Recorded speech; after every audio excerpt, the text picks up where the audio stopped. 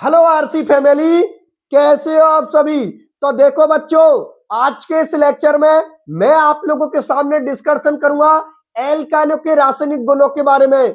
और बच्चों, रासायनिक गुणों में हम रासायनिक अभिक्रियाओं के बारे में अध्ययन करते हैं। तो आज के इस लेक्चर में एल्काइनों के रासायनिक गुणों को मैं आप लोगों के लिए बिल्कुल कंप्लीट करवा दूंगा। इसके साथ ही बच्चों, आप लोगों का ये एल्काइन भी कंप्लीट हो जाएगा। आज के मेरे लेक्चर का ये टारगेट है बच्चों कि आज के इस लेक्चर में मैं एल्काइन को आप लोगों के लिए बिल्कुल कंप्लीट करवा दूंगा। और मैं आप लोगों के लिए यह भी बताऊंगा कि आप लोगों की लैब असिस्टेंट की एग्जाम में आज के लेक्चर से कैसे कैसे सवाल पूछे जा सकते हैं। अब देखो बच्चों, आज के इस लेक्चर में तो हम एल्काइन को कंप्लीट कर लेंगे। अगले लेक्चर में जो मैं डिस्कशन करूंगा वो मैं डिस्कशन करूंगा बच्चों बेंजीन के बारे में, क्योंकि हम लोगों की ये यूनिट नंबर 10 है। और इस यूनिट नंबर 10 में बच्चों हम लोगों के लिए कितने टॉपिक दे रखे हैं? 4। नंबर 1 पर हम लोगों ने किसको पढ़ा था? एल्केन को। हमारे सिलेबस में दे रखा है, मैंने सारी चीजें आप लोगों के लिए पढ़ाई है। नंबर 2 पर हमने किसका डिस्कशन किया था? एल्कीन का। उसकी भी पूरी केमिस्ट्री हम लोगों ने पढ़ी थी। और बच्चों नंबर 3 पर हम किसका डिस्कशन कर रहे हैं? एल्काइन का। इसके भी सारे टॉपिक जो हम लोगों के सिलेबस में दे रखे हैं मैंने कंप्लीट करवाए हैं। और नंबर 4 पर बच्चों हम डिस्कशन करेंगे बेंजीन का। बेंजीन से भी बहुत ज्यादा हम लोगों से एग्जाम में सवाल पूछे जाते हैं। तो ये सवाल किस तरीका से पूछे जाएंगे, इनका डिस्कशन तब करेंगे जब मैं आप लोगों के लिए बेंजीन पढ़ाऊंगा। आज तो आज के इस लेक्चर पर टारगेट कीजिए कि आज के इस लेक्चर में हम लोगों को एल्काइन कंप्लीट करना है। तो सभी बच्चे मेरे साथ वीडियो में लास्ट तक बने रहना। जैसे ही मेरा लेक्चर कंप्लीट होगा वैसे ही आज के ये सभी टॉपिक बच्चों आप लोगों के बहुत शानदार तरीका से समझ में आएंगे, क्योंकि आज के जो लेक्चर है ना, मैं 3 रिएक्शनों का डिस्कशन करने वाला हूं आप लोगों को सामने। वो बच्चों इतनी ज्यादा कॉन्सेप्ट बेस है कि आप लोगों को जब मैं समझाऊंगा ना तो आप लोगों को बहुत मजा आएगा। और आप ये बोलोगे सर वास्तव में इस टॉपिक को आपने बहुत शानदार तरीका से समझाया है। एक बात और बता देता हूं मैं सभी बच्चों के लिए। बच्चों, आप लोगों के लैब असिस्टेंट के जो नोट्स मैंने बनाकर तैयार किए वो आप लोगों को राम चतुर्वेदी एकेडमी ऐप पर मिलेंगे। तो आप लोग प्ले स्टोर पर जाओ, वहां से राम चतुर्वेदी एकेडमी ऐप को बच्चों डाउनलोड कर लेना, क्योंकि आप लोगों के कंप्लीट नोट्स ऐप पर ही मिलेंगे। मैंने 1 से लेकर के आप लोगों की 10 के 10 यूनिट ऐप पर डाल रखी है। तो प्रत्येक बच्चे के पास में नोट्स होने चाहिए, क्योंकि अगर वास्तव में आप लैब असिस्टेंट की तैयारी कर रहे हो ना बच्चों, तो तैयारी तभी बेहतर हो पाएगी आप लोगों की जब आप लोगों के पास में नोट्स होंगे। इसलिए मैं चाहता हूं कि प्रत्येक बच्चे के पास में मेरे वाले नोट्स होने चाहिए और अपनी तैयारी को मजबूत कीजिए, क्योंकि अब ज्यादा टाइम नहीं है आप लोगों के पास में। आप लोगों की लगभग मई मंथ, आपको पता है राजस्थान सरकार ने फिक्स कर रखा है कि भाई मई के अंदर हम लैब असिस्टेंट की एग्जाम ले लेंगे। तो मई का आपको पता ज्यादा टाइम नहीं है, इसलिए यहीं से अपनी तैयारी को सॉलिड कीजिए। और देखो यहाँ पर आप लोग जो फीस का एक सिस्टम बना रखा है, फीस तो तुम्हें पता है बच्चों मैं ले ही नहीं रहा हूं, क्योंकि आप लोगों को पता है जितनी भी आप लोगों की यहाँ पर जो क्लासेज चल रही हैं वो सारी क्लासेज आप लोगों की फ्री चल रही हैं। इसलिए आपको तो सिर्फ और सिर्फ मेहनत करनी है बच्चों। जितनी बढ़िया आप लोग मेहनत करोगे उतना ही बढ़िया आप लोगों का रिजल्ट आएगा। इसलिए मैं बोल रहा हूं कि 3-4 महीना पूरी तरीका से पढ़ाई में झोंक दीजिए और इस तरीका से झोंक दीजिए कि लैब असिस्टेंट में बच्चों आप लोगों को सिलेक्शन होना ही चाहिए। ठीक है ना? फिर जब सिलेक्शन हो जाए, जब सब लोग मिठाई लेके आना, क्योंकि मुझे विश्वास है जिस बच्चे ने मेरे पूरे लेक्चर लिए हैं शुरू से लेकर लास्ट तक और मेरे वाले नोट्स पढ़े, मैं बता रहा हूं उस बच्चे का केमिस्ट्री के सब्जेक्ट के जितने भी क्वेश्चन होंगे ना, 32-33 सिर्फ केमिस्ट्री सब्जेक्ट के आएंगे, वो सब क्वेश्चनों को वो बच्चा सही करके आएगा। क्यों? क्योंकि मैंने नोट्सों के अंदर फालतू बात कुछ लिखी नहीं रखी है। और जो लेक्चर मैं आप लोगों के लिए ले रहा हूं, मैं ऐसे नहीं कि मुंह उठा के लेक्चर लेने आ गए हैं, नहीं। पहले पूरे लेक्चर को रीड करता हूं, पढ़ता हूं, फिर देखता हूं कि कौन कौन से टॉपिक आप लोगों के सिलेबस में दे रखे हैं, फिर उसको बहुत बढ़िया तरीका से खुद तैयार करता हूं लेक्चर को। और लेक्चर को तैयार करने के बाद ही आप लोगों के सामने मैं क्लास लेके आता हूं। इसलिए मैं बोल रहा हूं बच्चों, जब मैं आप लोगों के लिए इतनी मेहनत कर रहा हूं तो आप अपने आप के ऊपर इतनी मेहनत क्यों नहीं कर सकते? इसलिए पढ़ाई को इतनी सॉलिड कर दीजिए कि अब की बार आपका लैब असिस्टेंट में सिलेक्शन होना चाहिए। ठीक है ना? कोई भी प्रकार की किसी भी बच्चे को अगर परेशानी है तो आराम से मेरे से कॉल पे बात कर सकता है, व्हाट्सएप पे बात कर सकता है, कमेंट सेक्शन में लिख सकता है। बच्चों आप सभी के पास में कोचिंग के नंबर है, आप लोग आराम से मुझे कॉल या व्हाट्सएप कर सकते हो। आप लोगों की मैं जरूर हेल्प करूंगा। क्योंकि देखो बच्चों, अगर जो भी हम लोग कुछ कर रहे हैं वो आपकी बदौलत ही कर रहे हैं, आप लोगों का सपोर्ट है इसलिए आज पढ़ा रहे हैं, ठीक है ना। आपका जिस दिन सपोर्ट हट जाएगा उस दिन कुछ नहीं बचेगा। इसलिए आप लोगों से मैं बोल रहा हूं कि आप बहुत सपोर्ट कर रहे हो मुझे, और मैं आप लोगों के लिए उस सपोर्ट को इतनी बढ़िया तरीका से रिप्लाई देना चाहता हूं कि भाई मैं यार इन बच्चों के लिए कितना बेहतर दे सकता हूं। जितना मेरे से बेहतर लग रहा है ना, मैं तो मेरी तरफ से 100 में से 100% देने की कोशिश कर रहा हूं कि यार बच्चों को 100 में से 100% दीजिए, जिससे कि कम से कम इन बेचारे का कल्याण हो जाए, ठीक है ना। इसीलिए कोई भी बच्चा पढ़ाई में कंजूसी नहीं करेगा। 4 महीना के लिए, या जब तक आप लोगों की एग्जाम नहीं हो जाती तब तक पूरी तरीका से आप लोग पढ़ाई में अपने आप को झोंक के रखिए, ठीक है ना बच्चों। मैं बता रहा हूं आप लोगों का बहुत पॉजिटिव रिजल्ट आएगा।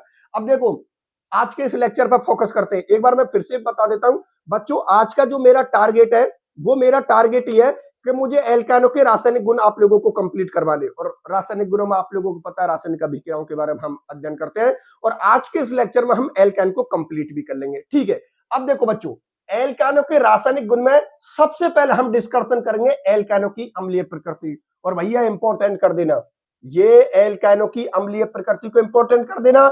एक रिएक्शन और आने वाली है, उसको भी मैं इंपॉर्टेंट करवाऊंगा, क्योंकि उसको भी भैया बहुत बार एग्जाम में पूछ रखा है आप लोगों से। इसलिए वो रिएक्शन, और मैं तो ये बोलता हूं आप 3 रिएक्शन करवाने वाला हूं, तीनों ही इंपॉर्टेंट है। ये बहुत इंपॉर्टेंट है, लैब असिस्टेंट में सवाल बनने के पूरे चांस है।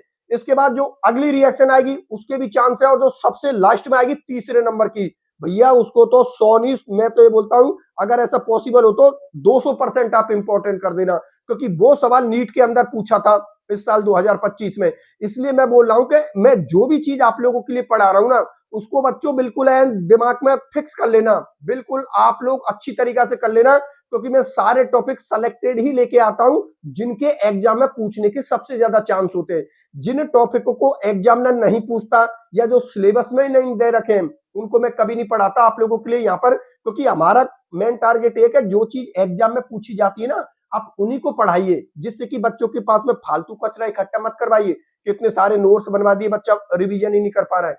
उन चीजों को पढ़ाइए जिनको एग्जाम में वो पूछता है, ठीक है बच्चों। अब देखो, सबसे नंबर 1 पर जो एल्कानो के रासायनिक गुण में मैं नंबर 1 पर डिस्कशन करूंगा एल्कानो की अम्लीय प्रकृति।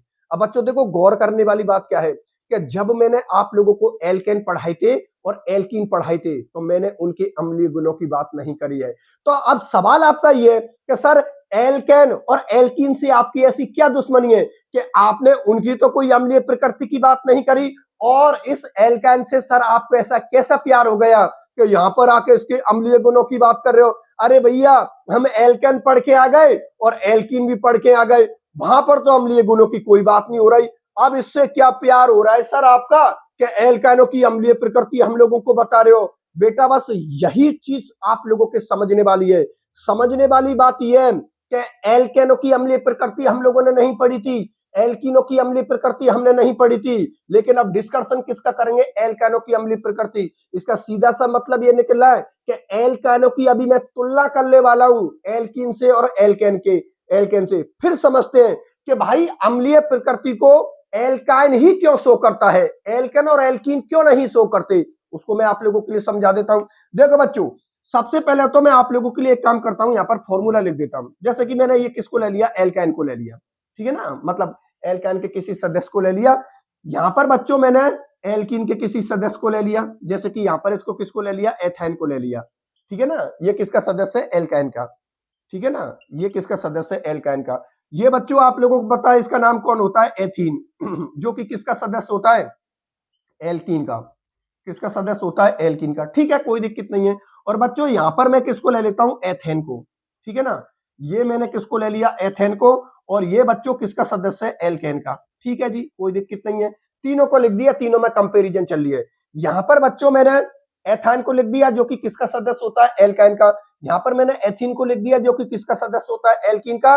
और यहां पर मैंने एथेन को लिख दिया जो कि किसका सदस्य होता है, एल्केन का। अब ध्यान से समझ के चलिए, क्वेश्चन हम लोगों का क्या था, क्वेश्चन ये था कि जब हमने एल्केन और एल्कीन पढ़े थे तो उनके अम्लीय प्रकृति की बात नहीं करी थी, लेकिन एल्कानो के हम अम्लीय प्रकृति की बात कर रहे हैं। तो बच्चों यहां से एक कॉन्सेप्ट है जो शायद आपने 11वीं 12वीं क्लास में पढ़ा हुआ, परसेंट एस गुण। अब सवाल ये हुआ आपका कि सर ये परसेंट एस गुण क्या होता है? तो बेटा परसेंट एस गुण को समझाने से पहले आप लोगों को संकरण समझना जरूरी है। जैसे ही आपका संकरण समझ में आया तुरंत ही आपका परसेंट एस गुण समझ में आ जाएगा। मैंने आप लोगों के लिए एक ट्रिक बताई थी ऑर्गेनिक कंपाउंड में संकरण निकालने की, और वो संकरण निकालने की क्या ट्रिक बताई थी कि यदि कार्बन परमाणु 4 सिंगल बॉन्डों से जुड़ा हुआ हो तो उसका संकरण sp3 होता है। यदि कार्बन परमाणु 3 सिंगल बॉन्डों से जुड़ा हुआ हो तो उसका संकरण sp2 होता है, और यदि कार्बन परमाणु 2 सिंगल बॉन्डों से जुड़ा हुआ हो तो उसका संकरण बच्चों sp होता है। पाई बंद मतलब जो डबल बॉन्ड या ट्रिपल बॉन्ड संकरण में भाग नहीं लेते क्योंकि वो पाई बंद होते हैं, और पाई बंद एक दुर्बल बंद होता है, इसलिए पाई बंद कभी भी संकरण में भाग नहीं लेता। संकरण में केवल और केवल सिग्मा बंद भाग लेता है। ठीक है, तो इनके संकरण आपने निकाले भी थे बच्चों। इसका जो संकरण था आप लोगों ने क्या निकाला था? sp। इसका संकरण आप लोगों ने क्या निकाला था? sp2। इन किसी का भी, इनका सबका sp2 है, इनका क्या है? सॉरी, इसका sp3 है। सॉरी सॉरी सॉरी, इसका क्या है बच्चों? sp3। इसका भी क्या है? sp3। इसका sp2 और इसका sp है। ठीक है ना, इसका संकरण क्या है? sp है। ध्यान से समझना। आप लोगों को पता है यहां पर ये कार्बन परमाणु कितने सिंगल बॉन्डों से जुड़ा हुआ है? 4। 3 तो हाइड्रोजन और एक बंद ये रहा। 4 तो कॉमन सी बात है, इसका संकरण sp3 है। ठीक है ना, ये कार्बन परमाणु भी 4 सिंगल बॉन्डों से जुड़ा हुआ है। 3 तो हाइड्रोजन होगा और एक ही सिंगल बॉन्ड ये रहा, तो इसका संकरण sp3 हो गया। इस कार्बन परमाणु को देखिए, ये दो तो हाइड्रोजन से जुड़ा हुआ है जो सिंगल बॉन्ड है, और एक सिंगल बॉन्ड यहाँ पर अगला पाई बॉन्ड है। पाई बॉन्ड को तो हम काउंट कर ही नहीं रहे, इसका मतलब ये 3 सिंगल बॉन्डों से जुड़ा हुआ है। तो इस कार्बन का संकरण क्या होता है? sp2। यहाँ पर भी देख लो, इस कार्बन का भी संकरण क्या है? sp2। यहाँ पर पता बच्चों आप लोगों को ट्रिपल बॉन्ड में एक सिग्मा और 2 पाई बंद होते हैं, इसका मतलब हमें पाई से तो कोई मतलब ही नहीं है, संकरण में सिर्फ सिग्मा को काउंट करते हैं। तो देखो ये कार्बन परमाणु कितने सिंगल बॉन्डों से जुड़ा हुआ है? 2। एक तो हाइड्रोजन और एक ये रहा, क्योंकि बच्चे कुछ तो 2 तो पाई बंद है जो संकरण में भाग ले ही नहीं रहे हैं, इसलिए इसका संकरण क्या होता है? sp, और इसका भी संकरण क्या है? sp। अब हम लोग समझना क्या चाह रहे हैं? हम समझना चाह रहे हैं अम्लीय गुणों की, कि एल्केनों के अम्लीय गुण ज्यादा होते हैं, एल्कीनों के अम्लीय गुण ज्यादा होती है, एल्काइनों के अम्लीय गुण ज्यादा होते हैं। उसके लिए हमने संकरण निकाला है। भाई जो एल्काइन होते हैं उनका संकरण क्या होता है? sp। जो एल्कीन होते हैं उनका संकरण क्या होता है? sp2। और जो एल्केन होते हैं उनका संकरण क्या होता है? sp3। अब परसेंट एस गुण को निकालते हैं। परसेंट एस गुण बच्चों किसको बोलते हैं? कि परसेंट एस, नाम से पता लग रहा, परसेंट एस गुण मतलब जो एस ऑर्बिटल है ना उसका कितना परसेंटेज है उसी को हम परसेंट एस गुण बोलते हैं। और परसेंटेज कितने में से निकालते? अरे भाई 100 में से निकालते। तो देखते हैं, देखो बच्चों यहां पर कितनी ऑर्बिटल है? 2। जैसे कि मैं तो यहीं पर लिख देता हूं, इसका संकरण sp है, इसका sp2 है और इसका sp3 है। ठीक है जी। यहां पर बच्चों एक और sp संकरण में एक तो s ऑर्बिटल होती है और एक कौन होती है? p orbital. कॉमन सी बात है, परसेंटेज 100 में से निकालते हैं, तो यहां पर s का परसेंटेज कितना? 50%। अरे भाई 50 s का 50 p का है, तो यहां पर s का परसेंटेज कितना है बच्चों? 50%। परसेंट s गुण यहां पर लिख देता हूं, परसेंट s गुण। ठीक है, यहां पर बच्चों परसेंटेज आप लोग 100 में से निकालते हो, और sp संकरण में 2 ऑर्बिटल भाग लेती है, एक तो s ऑर्बिटल भाग लेती है, एक p ऑर्बिटल भाग लेती है। तो 50 तो p का हो गया, 50 s का हो गया। भाई परसेंटेज 100 में से निकालते हैं तो 50 p का भी तो होगा, 50 s का होगा, लेकिन p से तो हमें कोई मतलब ही नहीं है क्योंकि हम तो परसेंट s गुण की बात कर रहे हैं, s गुण की बात कर रहे हैं। तो s का कितना परसेंटेज है? यहाँ पर 50%। यहाँ पर कितनी ऑर्बिटल है आप लोगों की? 3 ऑर्बिटल है, एक तो s की है और 2 p की है, तो यहाँ पर s का परसेंटेज होगा लगभग 33.33 के आसपास। ठीक है ना, यहाँ पर s का परसेंटेज होगा बच्चों 33.33 के आसपास। देख लेना 99.99 मतलब ऑलमोस्ट 100 के आसपास है। ठीक है, यहाँ पर कितनी ऑर्बिटल है? 4। 3 तो किसकी है? p की, और एक किसकी है? s की। टोटल कितनी हो गई? 4। 100 में से परसेंटेज निकालते हैं तो यहाँ पर s का परसेंटेज कितना है बच्चों? 25%। ठीक है ना, देखो sp संकरण के अंदर s कक्षक का परसेंटेज कितना है? 50। sp2 संकरण में s का परसेंटेज कितना है? 33.33। और sp3 में s का परसेंटेज कितना? 25%। क्योंकि 3 p की हो गई तो एक p की 25 हुई, तो 3 p की कितनी हो गई? 75 हो गई। तो p से तो हमें कोई मतलब नहीं है, हमें तो सिर्फ s से मतलब है। तो यहाँ पर अगर परसेंटेज 100 में से निकालोगे तो जो आप लोगों की s ऑर्बिटल है उसका परसेंटेज कितना है? 25%। अब बात आप लोग समझिए ध्यान से, एल्केन और एल्कीन में हमने अम्लीय गुणों की बात इसलिए नहीं करी थी बच्चों क्योंकि इनका परसेंट एस गुण क्या है? बहुत कम। जबकि एल्कानों में मैंने एल्कानो में मैंने अम्लीय गुणों की बात इसलिए की है क्योंकि इसका परसेंट गुण बहुत ज्यादा है। अरे देखो भाई, इसका 25% है, इसका 33.33% है, लेकिन बच्चों जो एल्काइन है उसका परसेंटेज कितना है? 50% है। मतलब एस का परसेंटेज, एस गुण कितना है बच्चों? 50%। और आप सोच के आप बिल्कुल उछल जाओगे कि कॉन्सेप्ट निकलने वाला है। परसेंट एस गुण अम्लीय गुणों के क्या होता है? समानुपाती। परसेंट एस गुण भैया क्या होता है? अम्लीय गुणों के समानुपाती। मैं भैया यहां पर लिख देता हूं, ये हो गया परसेंट एस गुण समानुपाती अम्लीय गुण। परसेंट एस गुण समानुपाती क्या हो गया? अम्लीय गुण। इसका मतलब है ये निकला भैया, जिसका परसेंट एस गुण सबसे ज्यादा होगा उसके अम्लीय गुण भी सबसे ज्यादा होंगे। मेरी बात आप लोग समझ में आ गई ना? क्योंकि परसेंट एस गुण का अम्लीय गुणों के क्या होता है? रिलेशन समानुपाती। जिस यौगिक के या जिस अणु के अम्लीय गुण जितने ज्यादा होंगे, कॉमन सी बात है, उसके परसेंट एस गुण उतने ज्यादा होंगे। या ऐसे बोल सकता हूं, जिस यौगिक के परसेंट एस गुण जितने ज्यादा होंगे उसके अम्लीय गुण भी उतने ही ज्यादा होंगे। अब एक काम करते हैं, हम तीनों की तुलना करते हैं, एल्कान की, एल्कीन की और एल्केन की। सबसे ज्यादा परसेंट एस गुण किसके पास में बच्चों? इसके पास में, एल्कान के पास में। इसके पास में कितना परसेंट एस गुण है? 50%। तो कॉमन सी बात है, अम्लीय गुण सबसे ज्यादा किसके होंगे? एल्काइनों के। बात करते हैं फिर एल्कीनों के। एल्कीनों के पास में परसेंट एस गुण कितना है? 33.33%। इसका मतलब एल्काइन की तुलना में एल्कीन का परसेंट एस गुण कम है, तो कॉमन सी बात है अम्लीय गुण भी कम होंगे। क्यों? क्योंकि अम्लीय गुण किस पर डिपेंड कर रहे हैं? परसेंट एस गुण पर। जिसके परसेंट एस गुण जितने ज्यादा होंगे उसके अम्लीय गुण भी उतने ही ज्यादा होंगे। तो कॉमन सी बात है, इसके 33.33% है, मतलब परसेंट एस गुण कम है तो अम्लीय गुण भी कम है। और भैया हम एल्काइन भैया की बात करते हैं, सॉरी एल्केन भैया की बात करते हैं। एल्केन भैया का परसेंट एस गुण कितना है? 25%। इसका मतलब इन दोनों की तुलना में सबसे कम जिसके अम्लीय गुण होंगे बच्चों, वो होगा कौन? एल्केन। क्यों? क्योंकि इसका परसेंट एस गुण सबसे कम है। तो यदि इसका परसेंट एस गुण सबसे कम है तो बच्चों अम्लीय गुण भी इसके सबसे कम होंगे। बात समझ में आ गई ना? इसलिए आप कॉन्सेप्ट को याद रखना कि एल्काइनों के अम्लीय गुण सबसे ज्यादा होते हैं क्योंकि उनका परसेंट एस गुण सबसे ज्यादा होता है। उससे कम किसके होते हैं? एल्कीनों के अम्लीय गुण, क्योंकि उनका परसेंट एस गुण कम होता है। और एल्केनों के परसेंट एस गुण सबसे कम होते हैं तो उनके अम्लीय गुण भी सबसे कम होंगे, क्योंकि हम जानते हैं कि परसेंट एस गुण का रिलेशन होगा वो अम्लीय गुणों के क्या होगा बच्चों? समानुपाती। मेरी बात आप लोग समझ में आ गई ना? अगर एग्जाम में सवाल आ जाए लैब असिस्टेंट की में कि भैया आप बताइए एल्केन, एल्कीन और एल्कान, इनके ऑर्डर को बताइए, सबसे ज्यादा अम्लीय गुण किसके होते हैं, तो विद इन सेकेंडों में आंसर दे देना कि भैया एल्कानों के अम्लीय गुण सबसे ज्यादा होते हैं। एक कॉन्सेप्ट और बताता हूं भैया आप लोगों के लिए। देखो यहां पर इस कार्बन से 2 हाइड्रोजन जुड़े हैं, यहां पर इस कार्बन से 3 हाइड्रोजन जुड़े हैं, और अम्लीय गुण कहते किसको है? अरे जो अपने H+ को बाहर निकाल दे उसी को तो अम्लीय गुण कहते हैं।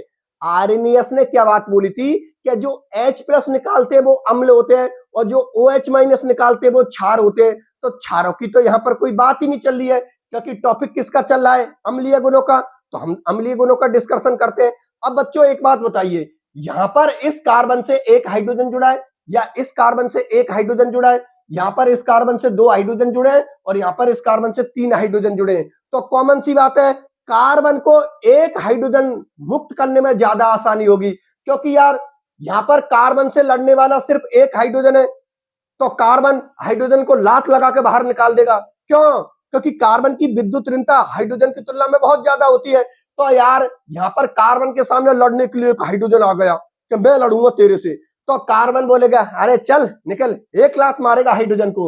और जैसे ही कार्बन इस हाइड्रोजन को एक लात मारेगा, ये तुरंत हाइड्रोजन H+ लेकर बाहर निकल जाएगा, क्योंकि विद्युत ऋणता किसकी ज्यादा होती है? कार्बन की हाइड्रोजन से ज्यादा होती है। तो यहां पर जैसे ही इस कार्बन ने इस हाइड्रोजन को लात मारी, लात मारते ही ये H+ के रूप में बाहर निकल गया। और जो H+ निकालते हैं बच्चों, वो कौन से गुण शो करते हैं? अम्लीय गुणों को। ये बात तो हम 9th-10th क्लास से जानते हैं। ठीक है, अब ठीक है, कोई दिक्कत नहीं है। अब सुनो मेरी बात ध्यान से, यहां पर इस कार्बन से लड़ने के लिए 2 हाइड्रोजन आ गए। यहां पर तो एक ही हाइड्रोजन था, तो कार्बन को एक हाइड्रोजन के साथ गुस्सा मुस्सी करने में बड़ा मजा आ रहा था, क्योंकि लड़ने के लिए सिर्फ एक ही था। लात लगा के हाइड्रोजन को बाहर निकाल दिया, बहुत जल्दी H+ निकाल दिया, बहुत जल्दी यदि H+ निकाल दिया तो अम्लीय गुण सबसे ज्यादा हो गए। ठीक है, यहां पर इस कार्बन से लड़ने के लिए 2 हाइड्रोजन आ गए कि अब हम लड़ेंगे। पहले तेने हमारे एक भाई को मारा था, अब हम 2 भाई आ गए। अब सुनो, कार्बन यहां से इन दोनों हाइड्रोजन को भी लात लगा कर बाहर निकाल देगा, लेकिन इसकी तुलना में अब कार्बन को थोड़ी मेहनत करनी पड़ेगी। और यदि मेहनत करनी पड़ेगी, इसका मतलब कार्बन इन दोनों हाइड्रोजनों को आसानी से लात नहीं मार रहा है। लात तो मारेगा, भगा भी देगा, लेकिन इसकी तुलना में थोड़ा धीरे, क्योंकि यहां पर तो सिर्फ एक को लात मार रहा था, लड़ने वाला एक ही था, तो एक को तो भगा दिया उसने। यहां पर भगा तो देगा, लेकिन थोड़ी बहुत मेहनत करनी पड़ेगी। मतलब इसकी तुलना में यहां पर H+ थोड़ा स्लो निकलेगा, और यदि H+ थोड़ा स्लो निकलेगा तो अम्लीय गुण घट जाएंगे, क्योंकि अम्लीय गुण डिपेंड ही किस पे करते हैं बच्चों? H+ में। जिसका H+ जितनी जल्दी निकलेगा उसके अम्लीय गुण भी उतने ही ज्यादा होंगे, जिसका H+ धीरे धीरे निकलेगा उसके अम्लीय गुण कम होंगे। ठीक है, अब भैया एल्काइन की तुलना में एल्कीनों के अम्लीय गुण कम हो गए, क्योंकि भाई कार्बन से 2 हाइड्रोजन लड़ने के लिए आ गए।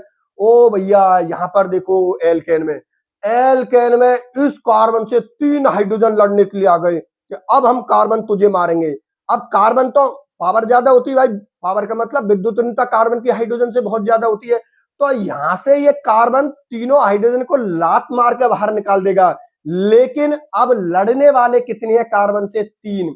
तो अब कार्बन भगा तो देगा इनको, लेकिन अब और मशक्कत करनी पड़ेगी। यार यहां पर एक ही आदमी को मार रहा था, एक ही आदमी को मार रहा था, तो एक आदमी को मारने में ज्यादा आसानी होती है। यहां पर 2 आदमी आ गए तो मार तो रहा है, लेकिन थोड़ी बहुत मेहनत करनी पड़ रही है। और यहां पर लड़ने के लिए 3 आदमी आ गए। अब 3 आदमी को तो यार थोड़ी और ज्यादा मेहनत करनी पड़ेगी, तो और ज्यादा मेहनत करनी पड़ेगी तो कार्बन हाइड्रोजन को निकाल तो रहा है, लेकिन इन दोनों की तुलना में थोड़ा स्लो निकाल रहा है। स्लो निकाल रहा है, तो इसका सीधा सा मतलब है अम्लीय गुण क्या होगा? कम, क्योंकि अम्लीय गुण डिपेंड ही किस पर कर रहे हैं? H+ पर। जिसने अपने H+ को आसानी से बाहर निकाल दिया उसके अम्लीय गुण सबसे ज्यादा होंगे, और जिसने अपने H+ को धीरे धीरे बाहर निकाला वो अम्लीय गुण तो शो करेगा, लेकिन उनकी तुलना में क्या करेगा? कम। तो यहां पर इन तीनों की तुलना की जाए तो सबसे ज्यादा अम्लीय गुण किसके होंगे? एल्काइन के। उससे कम किसके होंगे? एल्कीन के। और सबसे कम अम्लीय गुण बच्चों किसके होंगे? एल्केन के। क्योंकि यहां पर कॉन्सेप्ट कौन सा काम कर रहा है? परसेंट एस गुण। जिसका परसेंट एस गुण जितना ज्यादा होगा उसके अम्लीय गुण उतने ही ज्यादा होंगे। ये 100 बातन की एक बात है भैया, इस रिलेशन को याद रख लेना। और पूरा कॉन्सेप्ट मैंने आप लोगों के लिए समझा दिया, दोबारा से देख लो। सबसे ज्यादा अम्लीय गुण किसके होंगे? एल्काइन के। उससे कम किसके होंगे? एल्कीन के। और सबसे कम अम्लीय गुण किसके होंगे बच्चों? एल्केन के। एग्जाम में किसी भी तरीका से आप लोगों से सवाल पूछ ले, आप लोगों को कोई फर्क नहीं पड़ना चाहिए, क्योंकि पूरा कॉन्सेप्ट मैंने तोड़ मरोड़ के आप लोगों के सामने रख दिया। क्योंकि जब तक तोड़ेंगे नहीं तब तक छोड़ेंगे नहीं। और ये राम सर के कॉन्सेप्ट है, राम सर के कॉन्सेप्ट कभी भी झुकेंगे नहीं, याद रखना बच्चों। चलो ठीक है, ओके। एक कॉन्सेप्ट तो ये था, ठीक है। अब मैं कुछ एग्जाम्पल लेता हूं भाई, एग्जाम में तो एग्जाम्पल भी पूछे जा सकते हैं, ठीक है, कोई दिक्कत नहीं है, ले लेते हैं एग्जाम्पल। देखो बच्चों, यहां पर देखते हैं कुछ एग्जाम्पल, ये तो आपके समझ में आ ही गया।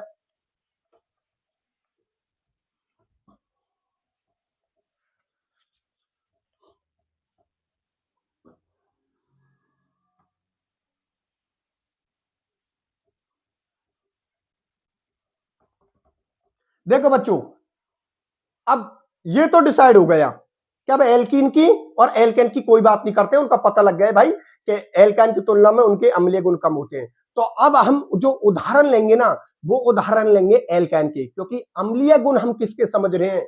एल्काइन के। अम्लीय गुण किसके समझ रहे हैं? एल्काइन के। तो अब एल्काइन के कुछ उदाहरण लेता हूं और उसमें समझते हैं कि किस एल्काइन के अम्लीय गुण तो ज्यादा होंगे, किसके कम होंगे। भाई जब हमने एल्काइन, एल्कीन और एल्काइन की तुलना करी तो वहां पर हमने उन तीनों में देख लिया कि सबसे ज्यादा अम्लीय गुण किसके होते हैं? एल्काइन के।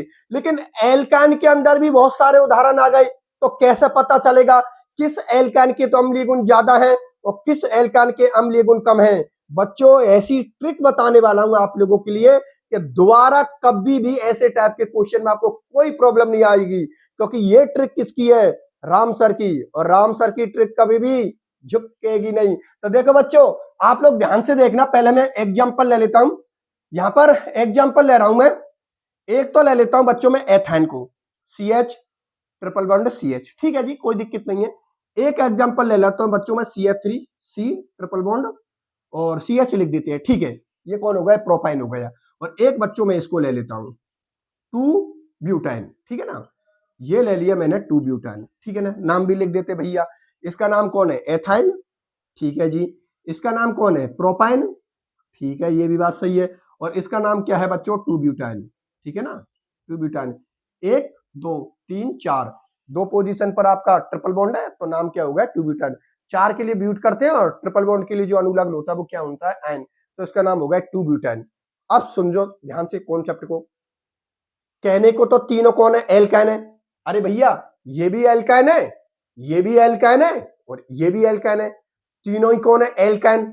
अब प्रॉब्लम हो गई, और वो प्रॉब्लम क्या हो गई कि सर आपने ये बोला है कि एल्काइनों के अम्लीय गुण सबसे ज्यादा होते हैं, लेकिन यदि सर एल्काइनों के अंदर भी उसके सदस्य आ गए, जैसे कि एल्काइन का ये एथाइन वाला सदस्य है, ये प्रोपाइन वाला सदस्य है, और ये कौन सा है, 2 ब्यूटाइन वाला सदस्य, तो सर इसमें हम कैसे पता करेंगे कि किसकी अम्लीय गुण तो ज्यादा होंगे, किसकी अम्लीय गुण कम? क्योंकि सर एग्जाम में तो ऐसे भी सवाल पूछे जाते हैं। तो अब बच्चों में आप लोगों के लिए ट्रिक बताने वाला हूं, उसको ध्यान से समझना। आप लोगों ने खूब, सब बच्चों ने एक प्रभाव पढ़ा हुआ, प्रेरणिक प्रभाव। अब आप बोलोगे सर ये प्रेरणिक प्रभाव क्या है? प्रेरणिक प्रभाव की बच्चों एक बहुत शानदार ट्रिक मैं आप लोगों के लिए बताने वाला हूं। एक बात बच्चों आप हमेशा याद रखना, प्रेरणिक प्रभाव प्लस आई प्रभाव या माइनस आई प्रभाव, प्रेरणिक प्रभाव या इंडक्टिव इफेक्ट इंग्लिश में बोलते हैं, ये कितने प्रकार का होता है, 2, प्लस आई प्रभाव और माइनस आई प्रभाव। बच्चों एक बात आप हमेशा याद रखना कि प्लस आई प्रभाव यदि किसी समूह का बढ़ेगा तो अम्लीय गुण घटेंगे। इसका मतलब प्लस आई प्रभाव के अम्लीय गुण क्या होते हैं, व्युत्क्रमानुपाती। और एक होता है माइनस आई प्रभाव। माइनस आई प्रभाव बढ़ने पर अणु या यौगिक के अम्लीय गुण बढ़ते हैं, क्योंकि माइनस आई प्रभाव अम्लीय गुण के समानुपाती होते हैं। लेकिन फिर आपका एक सवाल बनता है कि सर केमिस्ट्री में तो इतने सारे यौगिक है, इतने सारे क्रियात्मक समूह है, हम लोगों को कैसे पता चलेगा सर कि किसका तो प्लस आई प्रभाव है और किसका माइनस आई? ठीक है सर, आपकी बात मान लेते हैं हम कि आपने अभी ये बोला है कि प्लस आई प्रभाव के अम्लीय गुण व्युत्क्रमानुपाती होते हैं और माइनस आई प्रभाव के अम्लीय गुण समानुपाती होते हैं। ठीक है सर, याद भी हो गए हम लोगों को। लेकिन प्रॉब्लम तो यहां पर आ गई कि सर हमें तो यही पता नहीं है कि किसके तो प्लस आई प्रभाव है, किसके माइनस आई है। जब हमें इतना ही नहीं पता तो हम कैसे पता करेंगे कि किसके अम्लीय गुण तो ज्यादा है, किसके अम्लीय गुण कम? सर यहां पर तो हम फंस गए। नहीं बेटा, आपको नहीं फंसने देंगे, क्योंकि राम सर आपके साथ में। अब मैं आप लोगों के लिए एक ट्रिक बता रहा हूं प्लस आई प्रभाव और माइनस आई प्रभाव को देखने की। तो बच्चों जितने भी अपने क्रियात्मक समूह हैं, हमारे कितने क्रियात्मक समूह है बच्चों, 14 क्रियात्मक समूह हैं। आप लोगों को मैंने यूनिट नंबर 9 कंप्लीट करवाई है, नोट्सों के अंदर देखना, मैंने 14 क्रियात्मक समूहों की एक टेबल नोट्सों के अंदर लिख रखी है। उन 14 क्रियात्मक समूहों का एक कॉमन इफेक्ट होता है बच्चों, वो कौन सा होता है, माइनस आई। मतलब जितने भी समूह हैं लगभग सभी समूहों का माइनस आई प्रभाव होता है। कहने का मेरा मतलब ये हुआ भैया, माइनस आई सब में लगेगा, सिर्फ एक को छोड़कर। जैसे कि मैं बोलता हूं सभी भारतीय मेरे भाई बहन है, सभी भारतीय तो मेरे भाई बहन है, सिर्फ एक को छोड़कर। अगर सभी को भाई बहन बना लिया तो शादी किससे करोगे? बात समझ में आ रही है ना? इसलिए सभी क्रियात्मक समूह या जितने भी यौगिक हैं आप लोगों के, उनका एक कॉमन इफेक्ट होता है माइनस आई, सिर्फ एक को छोड़कर। और वो एक कौन होता है, एल्किल समूह। बच्चों एल्किल समूह का प्लस आई प्रभाव होता है। एक बार मैं फिर से इस ट्रिक को बोलता हूं, मेरी ट्रिक ये है कि लगभग सभी समूहों का एक कॉमन इफेक्ट होता है, वो होता है माइनस आई। माइनस आई लगभग सभी समूह प्रदर्शित करते हैं, सिर्फ एक को छोड़कर। किसको? एल्किल समूह को छोड़कर, क्योंकि एल्किल समूह का बच्चों प्लस आई प्रभाव होता है। ये एल्किल समूह उसको बोलते हैं जैसे कि methyl, ethyl, propyl, butyl, pentyl, hexyl, ये सभी कौन होते हैं, एल्किल समूह होते हैं। बात समझ में आ गई ना? माइनस आई सबके अंदर लगेगा, प्लस आई केवल एल्किल समूह में लगेगा, क्योंकि एल्किल समूहों का प्लस आई प्रभाव होता है। बात समझ में आ गई ना? सभी भारतीय मेरे भाई बहन हैं, सिर्फ एक को छोड़कर। किसको? जिससे अपनी शादी होनी है। ठीक है ना? उसी तरीका से इनका कॉन्सेप्ट याद रखना कि सभी का एक इफेक्ट लगता है, कौन सा? माइनस आई, सिर्फ एक को छोड़कर। किसको? एल्किल समूह को छोड़कर, क्योंकि एल्किल समूह का प्लस आई प्रभाव होता है। अब इसका पूरा कॉन्सेप्ट मैं आप लोगों के लिए बताने जा रहा हूं, लेकिन उससे पहले मैं उस रिलेशन को लिख देता हूं जो आप लोगों को याद रखना है बच्चों। तो यहां पर देखिए, मैंने अभी आप लोगों से क्या बोली है? प्लस आई प्रभाव व्युत्क्रमानुपाती अम्लीय गुण, जिसका जितना ज्यादा प्लस आई प्रभाव होगा उसके अम्लीय गुण उतने ही कम होंगे बच्चों। इस रिलेशन को याद रख लेना। और कौन से समूह प्रदर्शित करते हैं प्लस आई को? अभी बताया, एल्किल समूह, ठीक है ना। एल्किल समूह प्लस आई प्रभाव को प्रदर्शित करते हैं, ठीक है, ठीक है। तो कॉमन सी बात है, माइनस आई प्रभाव समानुपाती हो जाएगा। माइनस आई प्रभाव समानुपाती अम्लीय गुण, भैया माइनस आई का अम्लीय गुणों के क्या होगा? समानुपाती। कौन सो करेंगे? लगभग सभी समूह, लगभग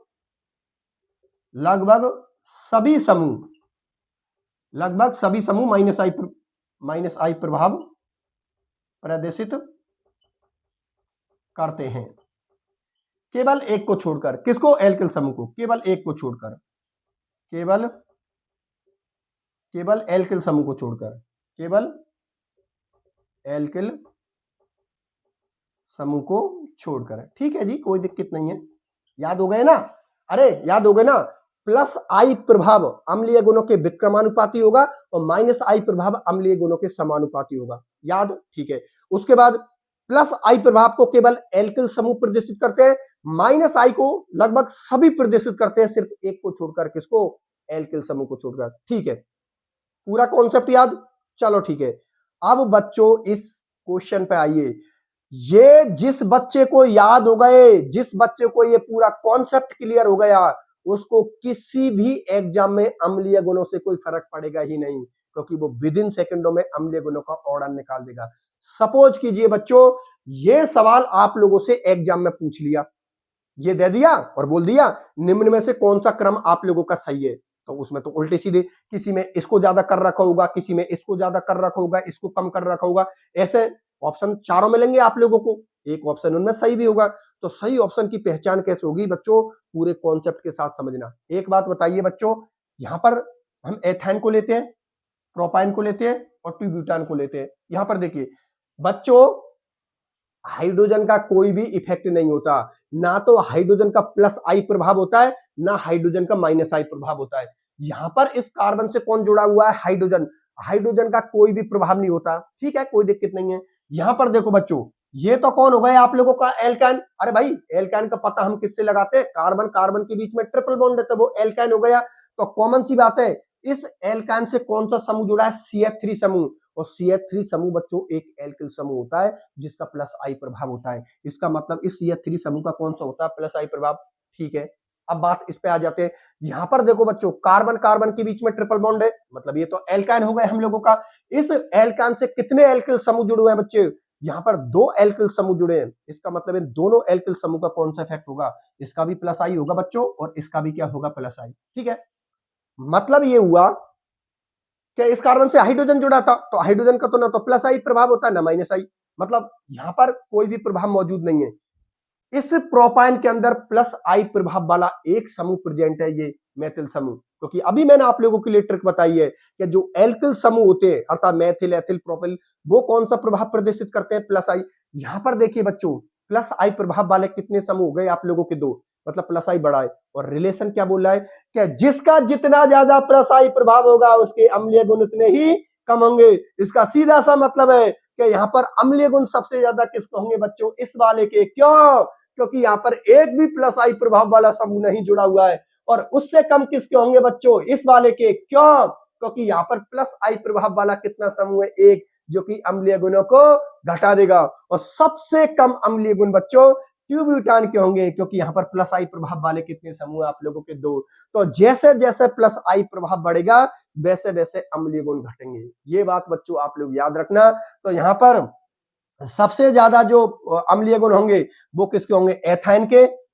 उससे कम किसके होंगे? प्रोपाइन के। और सबसे कम किसके होंगे? ब्यूटान के। क्योंकि इसके पास में कितने प्लस आई प्रभाव वाले समूह है? 2। इसके पास में सिर्फ एक ही है और इसके पास में एक भी नहीं है। तो इसके अम्लीय गुण को तो ना तो कोई घटा रहा है ना कोई बढ़ा रहा है। यहां पर तो प्लस आई आते ही बेचारे के घट गए, और यहां पर तो और भी घट गए क्योंकि दो प्लस आई प्रभाव वाले आ गए। और रिलेशन क्या बोल रहा है कि प्लस आई प्रभाव अम्लीय गुणों के क्या होंगे, विक्रमानुपाती। बात समझ में आ गई ना? चलो ठीक है। अब ये बताइए बच्चों, अगर इस प्रकार का कोई क्वेश्चन आ गया तो आपको कोई प्रॉब्लम होगी? भैया किसी को कोई प्रॉब्लम नहीं होनी चाहिए, पूरा कॉन्सेप्ट आप लोगों के सामने तोड़ मड़ोड़ के रख दिया। ठीक है बच्चों, ओके, कर दूं इसको फिनिश? ठीक है। अब ठीक है, मैंने आप लोगों के लिए एल्केन, एल्किन और एल्कान की तुलना भी कर दी। एल्कान के अंदर अगर सवाल बन गया ऐसा, उसका भी मैंने कॉन्सेप्ट बता दिया। ठीक है, कोई दिक्कत नहीं सर, आपने ये भी अच्छा समझा दिया। अब इसकी कुछ रिएक्शनों को शो कर देते। अरे भाई, जो एल्काइन है उस कुछ अम्लीय गुणों की कुछ रिएक्शन भी तो करेगा, तो एल्काइनों के अम्लीय गुणों की कुछ रिएक्शन हम लोगों के सिलेबस में दे रखी है, उनको भी समझा देता हूं, जिससे कि ये पहले वाला कंप्लीट हो जाएगा अपना काम। देख लो भैया, इधर देखो बोर्ड की तरफ, एक दो रिएक्शन है जो एल्काइनों की किसको शो कर रहे हैं, अम्लीय प्रकृति को। समझ लेते हैं, देख लीजिए भाई साहब।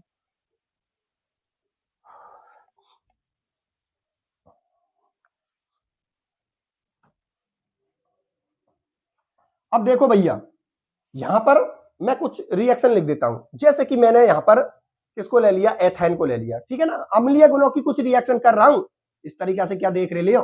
ठीक है ना, अम्लीय गुणों की कुछ रिएक्शन शो कर रहा हूं, जिसमें आप लोगों को पता है अम्लीय गुण कब प्रदर्शित होते हैं, कि जब यहां से हाइड्रोजन बाहर निकल जाएगा तो अम्लीय गुण शो हो जाएंगे।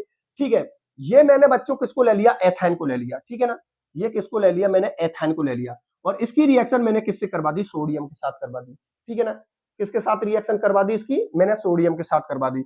अब देखो यहां पर क्या होगा बच्चों, आप लोगों की देखो ध्यान से समझना, यहां पर क्या होगा आप लोगों का, पहले इसको देखिए आप लोग एक बार, इधर देखिए बच्चों, ये मैंने किसको लिया, एथाइन को लिया है, और उसकी रिएक्शन मैंने किससे करवा दी, सोडियम से। आप लोग अच्छी तरीका से जानते हो बच्चों, अम्ल की जब हम किसी क्षार के साथ रिएक्शन करवाते तो लवण बनते। क्षार कौन होगा, यहां पर जिनके पास में पॉजिटिव चार्ज होगा। अब यहां पर देखिए आप लोग, देखो सोडियम मेटल होती है, कौन सा चार्ज है, यहां पर पॉजिटिव चार्ज है। ठीक है ना, यहां पर ये जो हाइड्रोजन है ना, ये किससे जुड़ा हुआ है, कार्बन से। ये जो हाइड्रोजन है ये किससे जुड़ा हुआ है बच्चों, यहां पर इस कार्बन से जुड़ा हुआ है। और आपको पता है कि एल्काइन अम्लीय गुणों को शो करते हैं, अभी हम लोगों ने समझा है।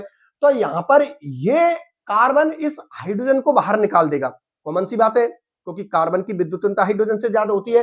तो बंध के इलेक्ट्रॉन किसकी तरफ चले जाएंगे, इस कार्बन की तरफ चले जाएंगे।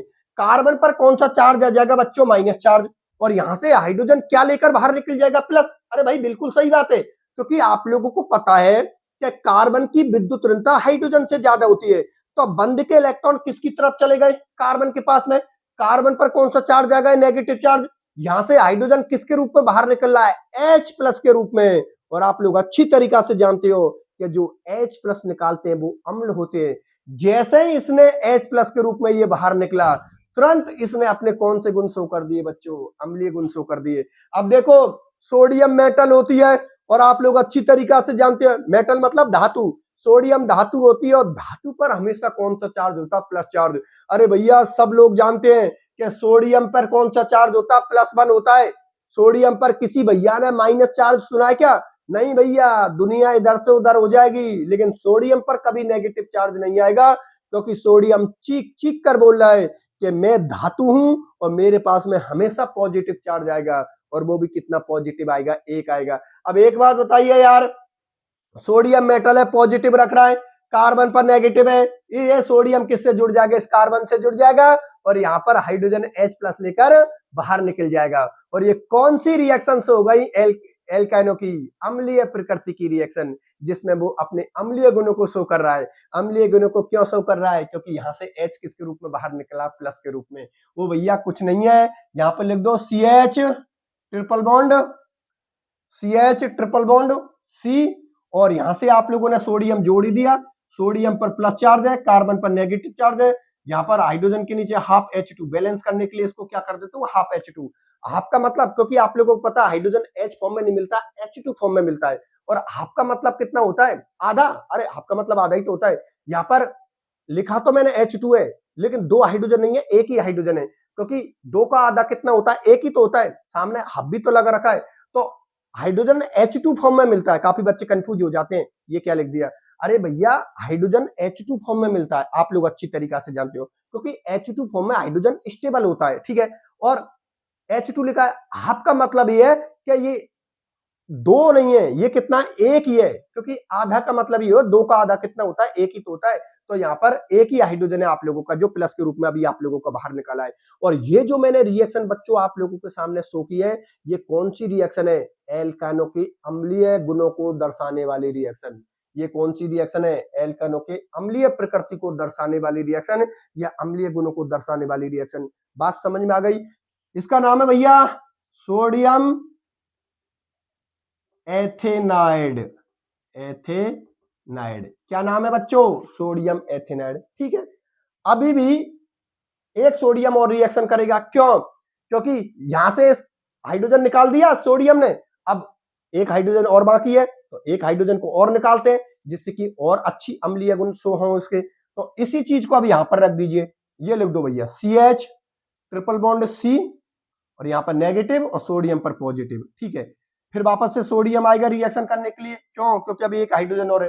फिर वही कंडीशन बनेगी, ये बंद के इलेक्ट्रॉनों को कौन ले जाएगा, इस कार्बन ले जाएगा, कार्बन पर कौन सा चार्ज आ जाएगा, नेगेटिव चार्ज, हाइड्रोजन पर कौन सा चार्ज आ जाएगा, पॉजिटिव चार्ज। यहाँ पर हाइड्रोजन H प्लस के रूप में बाहर निकल देगा, मतलब एल्कानो को कौन से गुण शो हो गए, अम्लीय गुण शो हो गए। ठीक है ना, और ये सोडियम किससे जुड़ जाएगा, इस कार्बन से जुड़ जाएगा, और प्रोडक्ट बन जाएगा डाई सोडियम एथेनॉइड। ठीक है ना, यहाँ पर लिख देता हूं Na पॉजिटिव, कार्बन नेगेटिव। ठीक है, उसके बाद ट्रिपल C नेगेटिव, Na क्या हो गया पॉजिटिव, फिर आप H2 कर दो। ठीक है ना, H यहां से हाइड्रोजन निकला है ना, तो प्लस के रूप में बाहर निकला है, तो उसको हम H2 के रूप में शो करते हैं, और हाफ लगा दिए, मतलब एक ही हाइड्रोजन है आप लोगों का। बात समझ में आ गई ना बच्चों, इसका नाम है डाई सोडियम एथेनाइड। पहले तो ये बात बताओ बच्चों, ये बात आप लोगों को समझ में आ गई।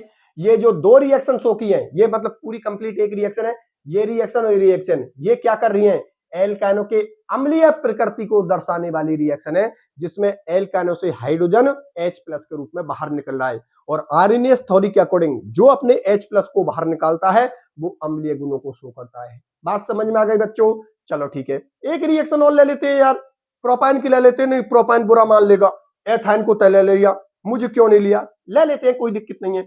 ये प्रोपाइन को ले लिया, CH3C ट्रिपल बॉन्ड H हो गया ना प्रोपाइन। अरे नहीं नहीं नहीं, प्रोपाइन क्या हुआ भैया, अब होगा प्रोपाइन। ठीक है जी, प्रोपाइन हो गया, इसकी रिएक्शन मैं NaNH2 से करवा देता हूं। ठीक है ना, सोडियम एमाइड से करवा देते हैं। अब देखो सोडियम अभी होता है मेटल है, कौन सा होगा पॉजिटिव, इस पर नेगेटिव। एक काम करते हैं, इंक डाल देते हैं यार। ठीक है, इंक डाल के फिर इसको तोड़ मरोड़ते हैं।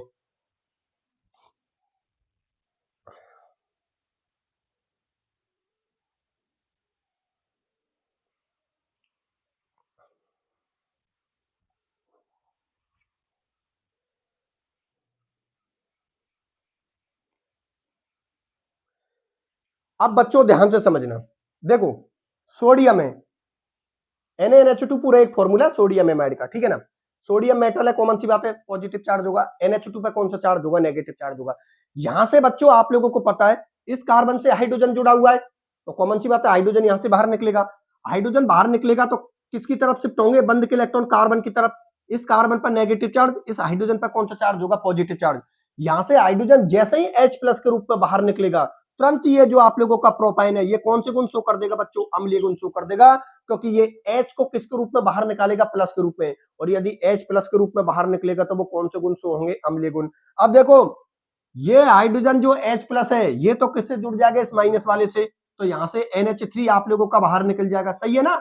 अरे ये NH2 है और ये हाइड्रोजन के पास में प्लस है, इसके पास में माइनस है, ये इससे जुड़ जाएगा, NH3 आप लोगों का बाहर निकल जाएगा, और ये सोडियम किससे जुड़ जाएगा, इस कार्बन से, क्योंकि कार्बन पर नेगेटिव है, सोडियम पर पॉजिटिव है, तो प्रोडक्ट ये बन जाएगा बच्चों आप लोगों का CH3C ट्रिपल बॉन्ड C, और यहां पर लिख दिया मैंने Na, इस पर नेगेटिव चार्ज होगा, इस पर पॉजिटिव चार्ज होगा, और इसका नाम होगा बच्चों सोडियम प्रोपिनाइड। ठीक है ना, सोडियम प्रोपिनाइड।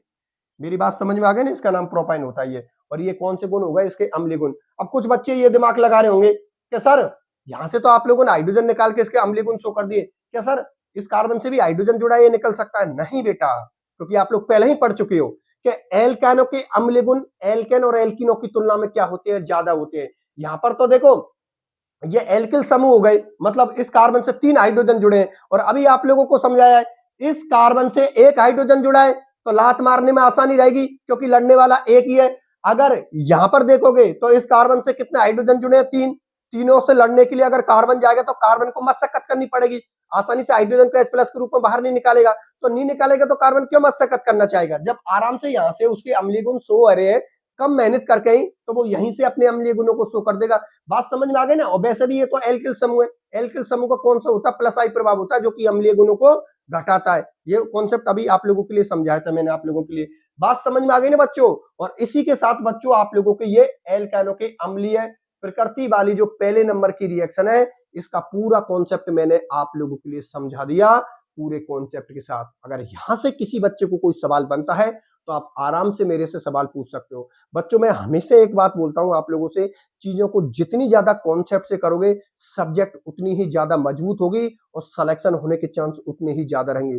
इसलिए रटने वाली चीजों को तभी रटिए जब वो रटने की हो, लेकिन जहां पर किसी का कॉन्सेप्ट निकल रहा उसको कॉन्सेप्ट से ही कीजिए, क्योंकि कॉन्सेप्ट जितना ज्यादा मजबूत होगा सवाल गलत होने के चांस सबसे कम रहेंगे आप लोगों के। ठीक है ना। और हम लोगों को तो भैया सिलेक्शन लेना है, 100 बातन की एक बात। ठीक है भैया, ओके। अब देखो इसकी दो रिएक्शन हो रहे हैं, उनको समझा देता हूं। और भैया वो दोनों रिएक्शन भी इंपॉर्टेंट है, ये तो है ही है, ये तो तुम्हें पता ही लग गए हो क्या यार, ये तो बहुत ज्यादा इंपॉर्टेंट है। भैया वेरी वेरी कर देना इन पे, क्योंकि आप लोगों ने देख लिया कितने सारे कॉन्सेप्ट निकले। कहीं से भी एग्जामिनर फंसाने की आपको कोशिश करेगा, आपको नहीं फंसना है। ठीक है ना। और वो जो दो रिएक्शन है उनको भी चाट जाना पूरी तरीका से, जैसे एग्जाम में सवाल आया जाते ही अटैक कर देना। ठीक है बच्चों, चलो करवाते थे तो उनको भी।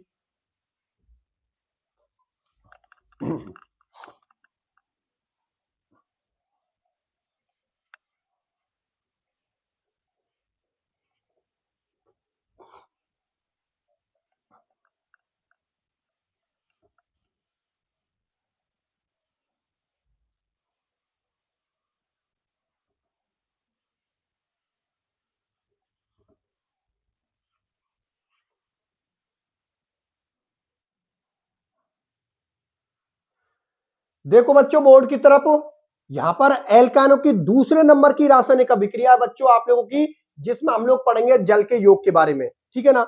अब देखो यहां पर एक कॉन्सेप्ट निकल रहा है, याद रखना एक बात बच्चों आप लोगों को, विलेयता का एक कॉन्सेप्ट होता है। विलेयता का मतलब ये कौन सी चीज किसके अंदर घुलने के लिए जा रही है। तो विलेयता के अंदर एक चीज याद रखना बच्चों, समान समान को घोलता है। जैसे कि जो ऑर्गेनिक कंपाउंड होंगे वो ऑर्गेनिक विलायकों में घुलेंगे, और जो इनऑर्गेनिक कंपाउंड होंगे वो इनऑर्गेनिक विलायकों में घुलेंगे। जैसे कि आप लोगों को पता है एल्केन, एल्कीन और एल्काइन इनऑर्गेनिक है क्या ऑर्गेनिक है? अरे भाई ऑर्गेनिक है, ऑर्गेनिक केमिस्ट्री में पढ़ रहे हैं हम लोग। तो ये कौन है आप लोगों के ऑर्गेनिक कंपाउंड, और वाटर कौन है इनऑर्गेनिक। तो फिर तो तुम्हारा सवाल ये हुआ सर नहीं घुलना चाहिए, बिल्कुल सही बात है। जब मैंने आप लोगों को एल्केन और एल्कीन पढ़ाए थे तो मैंने आप लोगों से क्या बात बोली थी कि एल्केन और एल्कीन ऑर्गेनिक कंपाउंड होते हैं जो कि पानी में नहीं घुलते। लेकिन यदि एल्केन और एल्कीन को यदि आप लोग alcohol, ether, carbon tetrachloride, benzene में डाल दोगे तो ये आसानी से घुल जाएंगे। क्यों? क्योंकि ये भी ऑर्गेनिक कंपाउंड है और एल्केन एल्कीन भी ऑर्गेनिक कंपाउंड है। तो क्या कॉन्सेप्ट काम कर रहा है, समान समान को घुलता है। ऑर्गेनिक वाले ऑर्गेनिक में घुलेंगे, इनऑर्गेनिक वाले इनऑर्गेनिक में घुलेंगे। तो फिर अब आपका फिर सवाल बन गया कि सर अभी तो आपने ऐसे बोली है कि एल्केन और एल्कीन पानी में नहीं घुलते। तो जब पानी में नहीं घुलते तो फिर इस एल्कान भी तो ऑर्गेनिक कंपाउंड हुआ भाई, ये एल्कान भी तो ऑर्गेनिक कंपाउंड हुआ, तो फिर पानी से रिएक्शन कैसे करेगा भाई। पानी से रिएक्शन करने का मतलब है ये एल्केन पानी में घुल रहा है, मतलब पानी से तो उसको रिएक्शन करनी नहीं चाहिए क्योंकि ये ऑर्गेनिक कंपाउंड है। और पानी कौन है, इनऑर्गेनिक। अरे पानी जो होता है H2O वो इनऑर्गेनिक विलायक होता है। तो इस इनऑर्गेनिक विलायक में आप ऑर्गेनिक को कैसा घोल सकते हो, वो तो घुलेगा ही नहीं, क्योंकि हम जानते हैं समान समान को घोलता है। ऑर्गेनिक कंपाउंड ऑर्गेनिक विलायकों में घुलेंगे, इनऑर्गेनिक कंपाउंड इनऑर्गेनिक विलायकों में घुलेंगे। बिल्कुल सही बात है बेटा आप लोगों की। ये जो एल्काइन है ना ये पानी में नहीं घुलेगा।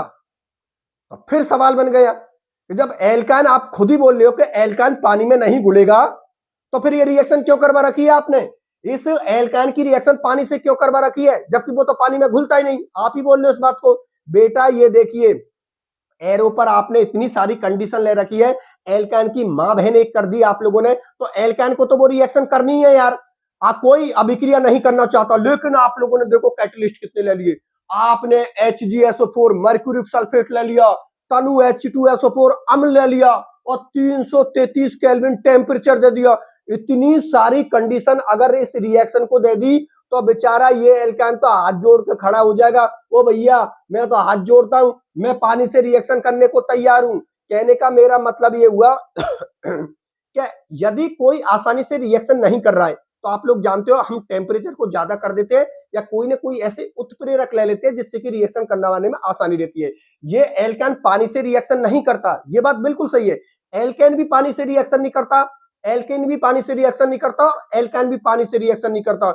लेकिन यदि आपने बहुत सारे उत्प्रेरक ले लिए, बहुत सारा टेम्परेचर ले लिया तो बेचारे फिर तो मजबूर हो जाएंगे, क्योंकि इतनी सारी कंडीशन अगर किसी रिएक्शन को दे रहे हो तो बेचारे वो तो हाथ जोड़ के खड़े हो जाएंगे, भैया हम तो कर लेंगे रिएक्शन, इतना मत दीजिए, हमारे तो बंदे टूट गए। ठीक है ना, तो बात समझ में आ गई ना। तो इस कंडीशन में, कौन सी कंडीशन में, इस कंडीशन को अगर आप लोगे तो फिर ये एल्काइन पानी से रिएक्शन कर लेगा। बाकी का कॉन्सेप्ट वही रहेगा, समान समान को घुलता है। ऑर्गेनिक कंपाउंड ऑर्गेनिक ब्लैक में घुलेंगे, इनऑर्गेनिक कंपाउंड इनऑर्गेनिक में घुलेंगे। याद रखना, ध्रुवीय ध्रुवीय में घुलेंगे, अध्रुवीय अध्रुवीय में घुलेंगे, क्योंकि कॉन्सेप्ट कौन सा है, समान समान को घोलता है। ठीक है बच्चों, तो ये बात आप लोगों को समझ में आ गई ना कि अगर इस एल्काइन के लिए ये कंडीशन लेते हो, HgSO4 मतलब मर्क्यूरिक सल्फेट ले लिया, तनु H2SO4 ले लिया, 333 केल्विन टेम्परेचर ले लिया, तो ये आसानी से पानी से रिएक्शन कर लेगा। और कुछ नहीं है भैया, पानी टूटता किसमें, H+ और OH- में। अरे कुछ नहीं है भैया, इस हाइड्रोजन को तो कहां पर जोड़ दीजिए आप लोग, यहां पर जैसे ही ये हाइड्रोजन यहां पर जुड़ेगा ये क्या हो जाएगा, CH2, और एक पाई बॉन्ड आप लोगों का टूट जाएगा। अगर नहीं टूटेगा तो आपको पता कार्बन की 5 वैलेंसी हो जाएगी, इसलिए एक पाई बॉन्ड आप लोगों का टूट जाएगा। तो यहां से ये हाइड्रोजन किससे जुड़ जाएगा, इस कार्बन से, तो ये हो जाएगा CH2, और ये OH है ना, ये OH किससे जुड़ जाएगा, इस कार्बन से। ये हाइड्रोजन तो इस कार्बन से जुड़ जाएगा और ये OH है ना बच्चों, इस कार्बन से जुड़ जाएगा, तो ये फॉर्मूला बन जाएगा। लेकिन अब इसमें क्या होगा, पुनर्विन्यास, क्या होगा, पुनर्विन्यास, या इसको समावयन बोल सकते हैं। अब आप बोलोगे सर ये पुनर्विन्यास और समावयन क्या आ गया, बेटा ये कुछ नहीं है, ये जो होती है इसको हम समावयवता बोलते हैं। समावयवता का मतलब जानते हैं आप लोग, जिनका अनुसूत्र तो क्या होता है समान, संरचना सूत्र अलग अलग होता है। और पुनर्विन्यास का मतलब यह है क्या, एक ही यौगिक के अंदर कोई भी चीज निकलती नहीं है, कोई भी चीज बाहर से जुड़ती नहीं है, बस उसी संरचना के अंदर, उसी यौगिक के अंदर एक परमाणु हटता है और उसकी जगह वो परमाणु कहीं दूसरी जगह जाकर जुड़ जाता है।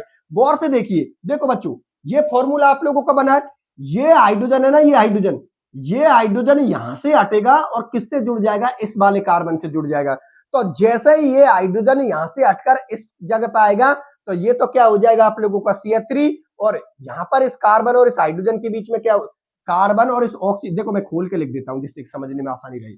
ये इस तरीका से आप लोगों का, ये OH मैंने खोल के लिख दिया, तो देखो ये बंद के इलेक्ट्रॉन तो यहां पर चले जाएंगे, तो यहां पर क्या बन जाएगा, डबल बॉन्ड, और ये हाइड्रोजन यहां से हटकर किससे जुड़ जाएगा, इससे जुड़ जाएगा। तो देखो हाइड्रोजन तो यहां से हटकर इससे जुड़ गया, तो ये बन गया CH3, यहाँ के बंद के इलेक्ट्रॉन यहां पर शिफ्ट हो गया, यहाँ पर डबल बॉन्ड आ गया, ये हाइड्रोजन पहले से ही उससे जुड़ा हुआ है।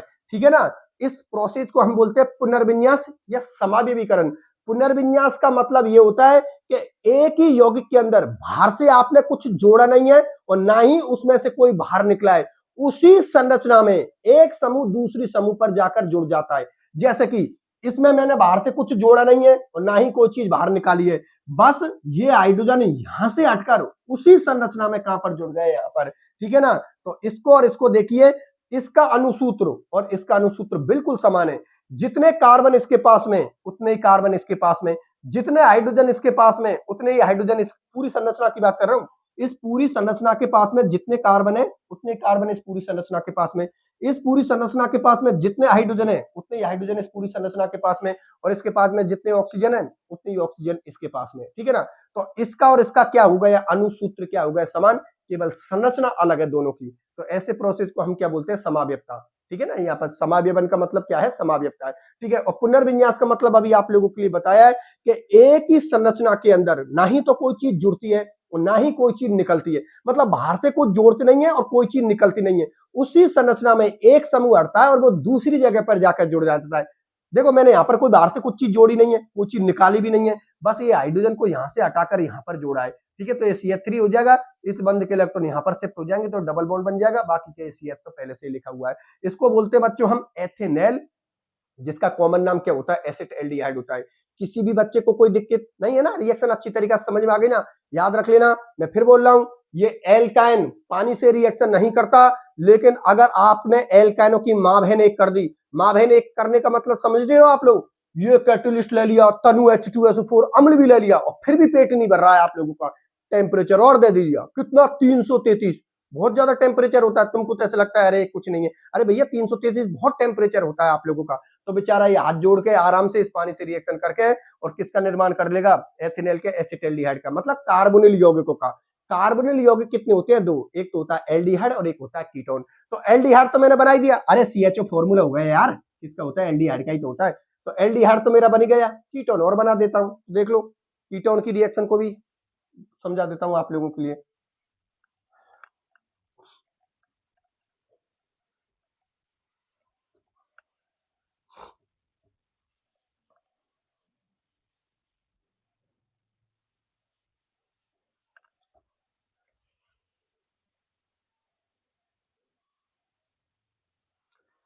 देखो बच्चों बोर्ड की तरफ, अभी थोड़ी देर पहले मैंने एथान लिया था और एथान की रिएक्शन पानी से करवाई थी, मतलब H2O से करवाई थी। अब की बार मैंने किसको ले लिया, प्रोपाइन को ले लिया, मतलब उसके दूसरे सदस्य को ले लिया, ठीक है ना। पहला सदस्य एल्काइनो का कौन होता है, एथाइन, दूसरा सदस्य कौन होता है, प्रोपाइन होता है, ठीक है ना। ये मैंने किसको ले लिया, प्रोपाइन को ले लिया, और उसकी रिएक्शन किससे करवा दी, जल से करवा दी। किसकी प्रेजेंस में, HgSO4 मतलब मर्क्यूरिक सल्फेट, तनु H2SO4 मतलब तनु सल्फ्यूरिक अम्ल, H2SO4 को हम क्या बोलते हैं, सल्फ्यूरिक अम्ल बोलते हैं, और वही 333 केल्विन टेम्परेचर ले लिया। वही कंडीशन बनेगी, ये वाटर किस में टूटता है, H प्लस में और OH माइनस में, ठीक है, आप सब जानते हो इस बात को। ये हाइड्रोजन तो कहां पर जुड़ेगा आप लोगों का, यहां पर।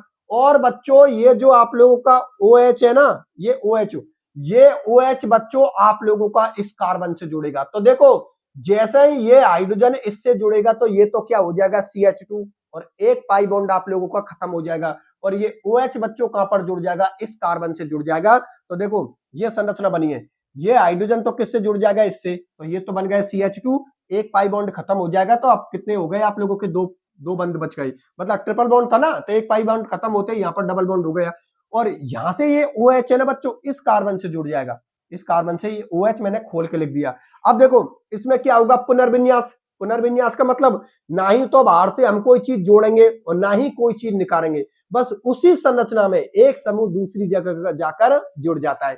अरे भैया कुछ नहीं है, ये लो भैया, ये जो ऑक्सीजन और हाइड्रोजन के बीच का जो बॉन्ड था, ये बॉन्ड कहां पर शिफ्ट हो गया, यहां पर। जैसे ये बॉन्ड यहां पर शिफ्ट हुआ, ये हाइड्रोजन अपनी जगह को छोड़कर किसके पास में चल गए, CH2 के पास में। तो ये हाइड्रोजन यहां पर चला जाएगा, किसके द्वारा, पुनर्विन्यास के द्वारा, पुनर्विन्यास के द्वारा चल जाएगा। तो ये फॉर्मूला किसको हो जाएगा, CH3 का, ये हो जाएगा CO, फॉर्मूला हुआ या प्रोपेनॉन का, जिसका कॉमन नाम क्या होता है, एसीटोन होता है। और एल्डिहाइड और कीटोन, भाई ये फॉर्मूला किसको होता है, कीटोन का, भी थोड़ी देर पहले एल्डिहाइड बनाया था। एल्डिहाइड और कीटोन दोनों को बच्चों हम कार्बोनिल यौगिक बोलते हैं, क्योंकि दोनों के फॉर्मूले में ये CO समूह प्रेजेंट होता है, और CO को हम क्या बोलते हैं, कार्बोनिल समूह। ये कार्बोनिल समूह एल्डिहाइड के फॉर्मूले के भी अंदर मिलता है और कीटोन के भी फॉर्मूले के अंदर मिलता है, इसलिए एल्डिहाइड और कीटोन को हम क्या बोलते हैं, कार्बोनिल समूह। बात समझ में आ गई ना बच्चों। और पुनर्विन्यास के द्वारा ये रिएक्शन हो गई, और इस प्रोसेस को हम क्या बोलेंगे, समावयवीकरण, क्या बोलेंगे, समावयवीकरण, क्योंकि समावयवता को शो कर रहा है, मतलब इसका और इसका अनुसूत्र क्या है, समान है, केवल दोनों की संरचना अलग है। तो ऐसे प्रोसेस को हम समावयवी बोलेंगे, मतलब उन कंपाउंडों को समावयवी बोलेंगे, और ये जो प्रोसेस होगा इसको हम क्या बोलेंगे, समावयवता। समावयवता आप लोगों ने खूब पढ़ी, हमारे सिलेबस में भी दे रखी है, और इसका डिस्कशन मैं कर भी चुका हूं आप लोगों के लिए, ठीक है ना। आप लोगों के लिए समावयवता का डिस्कशन बच्चों मैं कर चुका हूं, आप लोगों की यूनिट नंबर 9 में कंप्लीट कर चुका हूं। यूनिट नंबर 10 के अंदर जो चल रही है, इसमें भी समावयवता का डिस्कशन हो चुका है, एल्केनो में डिस्कशन हो चुका है बच्चों। सबसे ज्यादा तो जो मैंने समावयवता का डिस्कशन किया वो आप लोगों की यूनिट नंबर 9 में कंप्लीट करवा चुका हूं। समावयवता देख लेना, सिलेबस के अंदर है हमारे में। बात समझ में आ गई बच्चों, किसी भी बच्चे को कोई दिक्कत नहीं है, आ गई ये रिएक्शन, समझ लेना, ओके। अब बच्चों लास्ट एंड फाइनल रिएक्शन है, जो इस साल नीट की एग्जाम में पूछी थी, नीट 2025 में वो रिएक्शन पूछी थी, इसलिए वो रिएक्शन लैब असिस्टेंट के लिए बहुत इंपॉर्टेंट रिएक्शन है बच्चों। ऐसी याद करवा दूंगा कि अभी आप लोगों को बिल्कुल फिट हो जाएगी और आप खुशी से उछल पड़ोगे कि देखो यार सर कितनी बेहतरीन तरीका से इस रिएक्शन को समझाया है। बच्चों बिल्कुल इंपॉर्टेंट कर लेना, क्यों? क्योंकि नीट 2025 में पूछी है, तो लैब असिस्टेंट में आने के पूरे चांस रहेंगे आप लोगों के। देख लेना आप लोग अच्छी तरीका से, मैं समझा देता हूं। देखो बोर्ड की तरफ,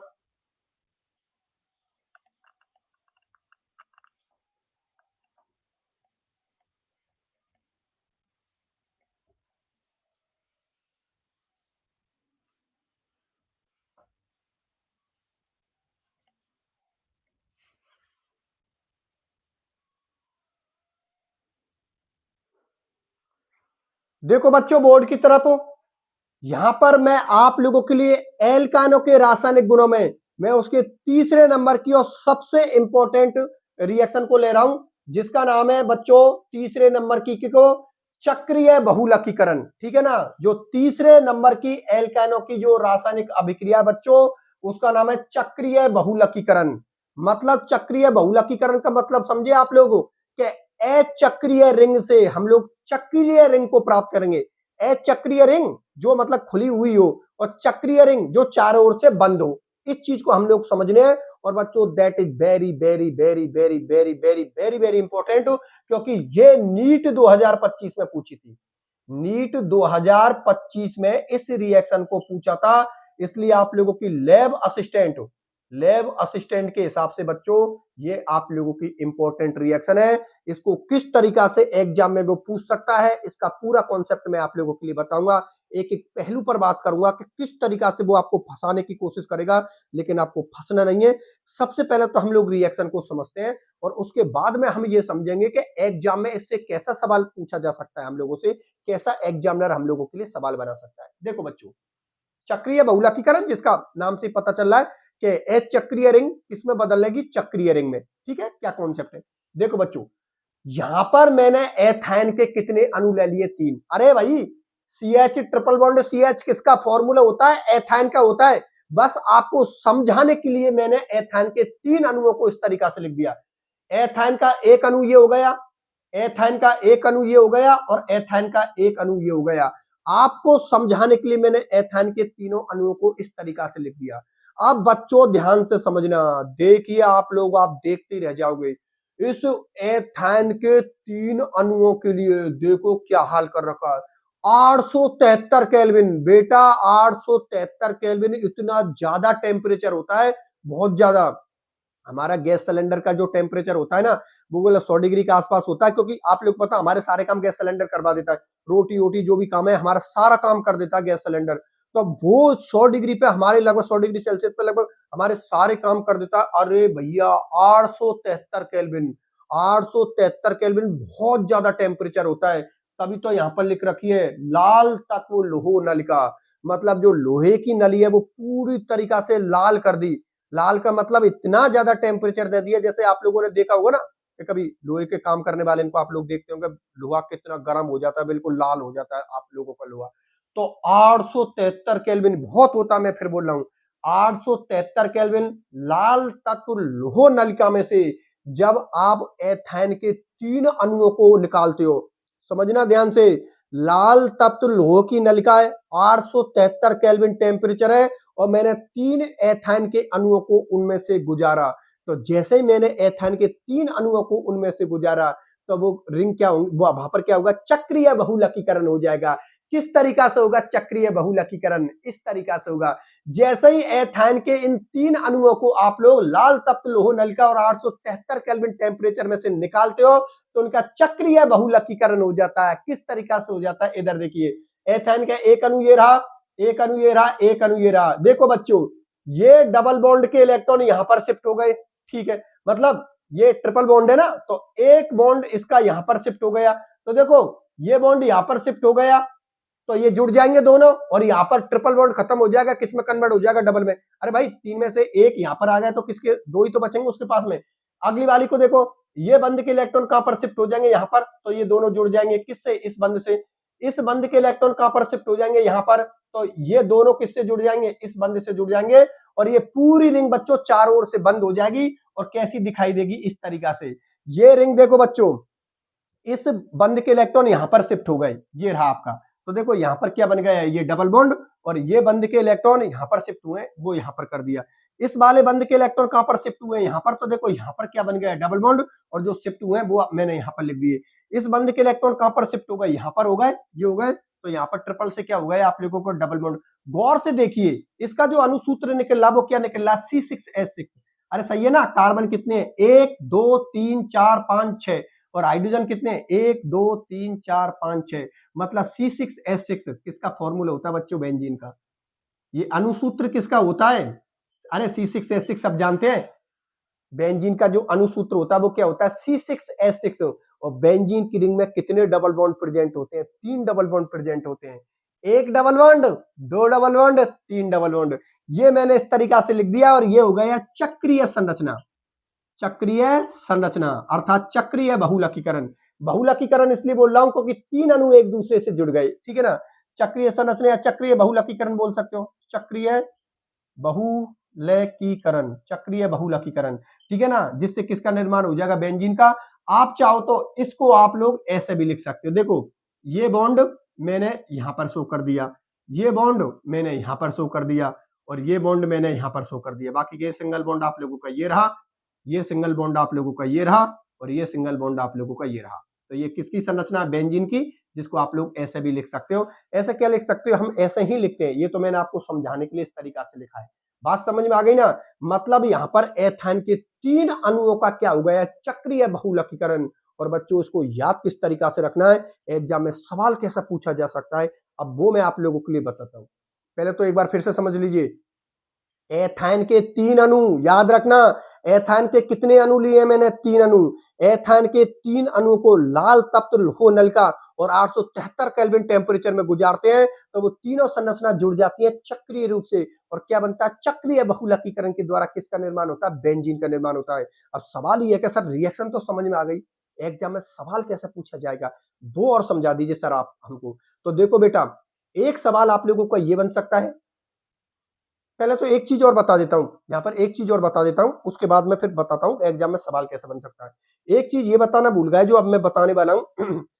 बच्चों, अचक्रीय यौगिकों से चक्रीय यौगिक बनाने की सबसे बेस्ट मेथड है। और क्या है, एलिफेटिक यौगिकों से एरोमेटिक यौगिक बनाने की सबसे बेस्ट मेथड है। क्योंकि आप लोगों को पता है एथाइन एरोमेटिक यौगिक नहीं होता, एलिफेटिक यौगिक होता है। अरे एथाइन कौन होता है, एलिफेटिक यौगिक, क्योंकि ये हक्कल नियम का पालन नहीं करते।